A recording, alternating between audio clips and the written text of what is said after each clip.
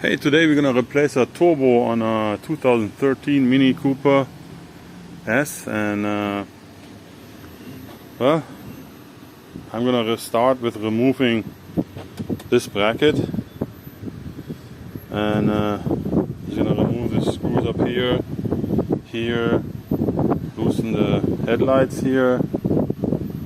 There's a screw here. Those are all 10s, and all the way around here. When I got this out,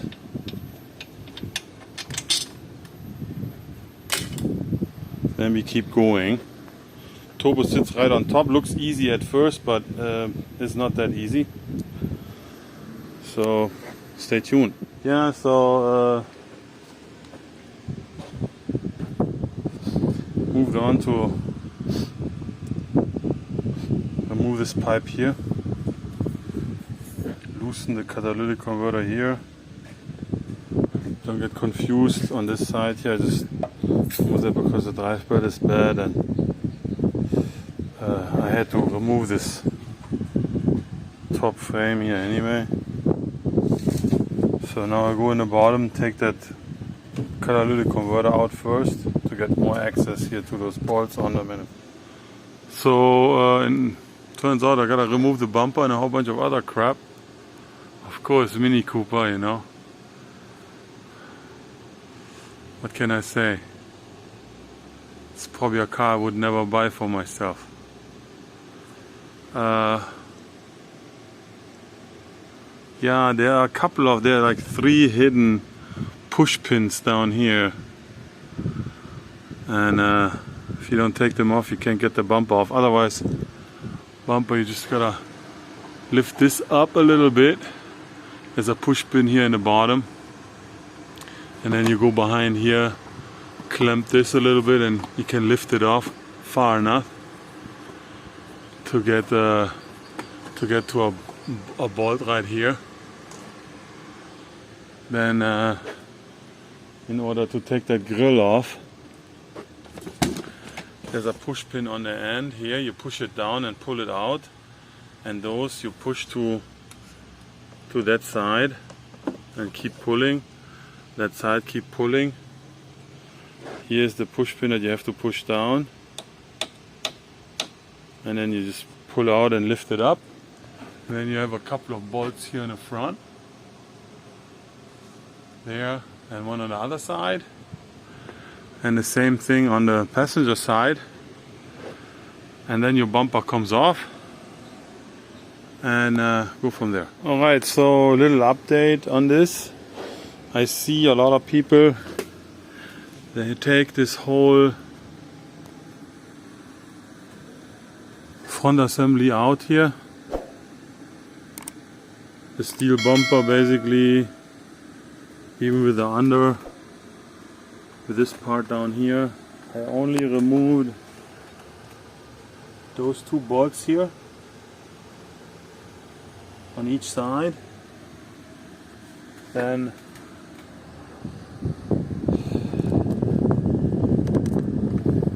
hold on, let me not get this wrong.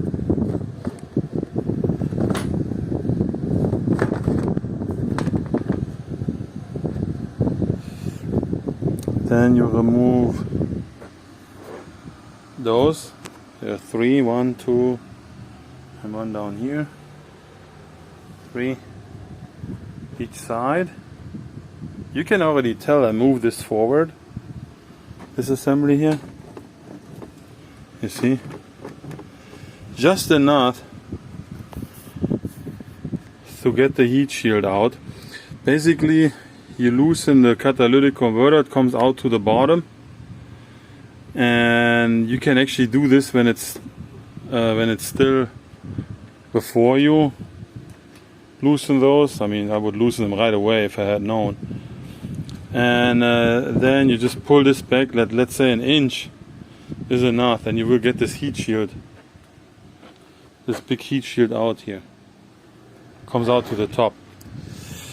And by then you have access to those bolts. The hard ones are those. this one and this.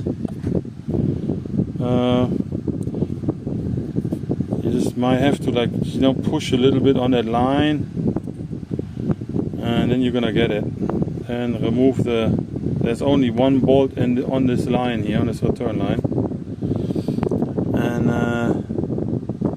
yeah, basically after that you can basically pull the turbo forward and lift out on the top.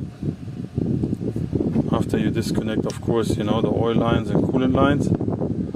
But that is basically gonna save you from like messing with the whole front assembly in a way that you also need to remove the coolant. You can see I still have the coolant in the car. I didn't remove the washer, windshield washer container, none of that. And we go from there. And then now I got this turbo here on the bench. I have a few gaskets coming, and then tomorrow I put it back together. And in this case I make a couple of little shots while putting it back together, but basically it's reverse order now. I didn't really do this job any before, so I had to kind of figure out how I can flat rate it a little bit. Not that it really matters here in our shop, where we just get paid by the hour. Doesn't matter how long things take, because we work on all sort of cars. Beamer, VW, whatever, Jags. Mostly European stuff, but also domestic. I mean, it really doesn't matter. Big rigs, 1 ton, sometimes we hate those. Anyway, so stay tuned. Yeah, I got it. I got it already running, but it turned out that the main oil line was leaking. Of course, I didn't notice that while putting it together, or it might just happen, you know, whatever. So I was leaking, so I had to remove the catalytic converter. And if you remove the catalytic converter and this shield down here, this heat shield, then you're actually able to fill the oil line out without removing the turbo assembly again. That's just as a side note. Okay, I keep going, but it's pretty much weekend now, so Monday is another day. So yeah, along the way there was a whole bunch of other stuff going on. Basically, turned out I had a bad oil line.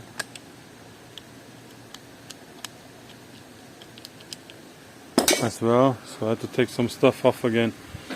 Anyway, got it back together now. There was also some other things here with the pulley. Basically, that water pump pulley separates from the rubber, and that tensioner, or it's not even a tensioner, it's some sort of, like, let's call it a transfer wheel that actually turns the water pump. Bearing was bad as well. So I got somewhere down here. Let's see.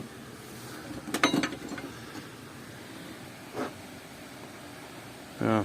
So anyway, almost back together now. I don't really know. It might be,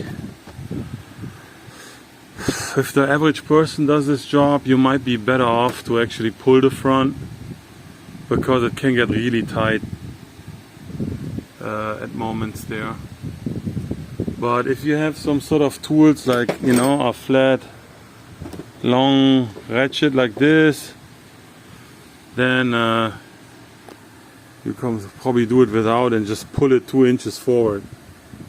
Just don't forget to put this heat shield back on before you push this whole assembly back in, because otherwise you're gonna have a really hard time reaching those bolts down here.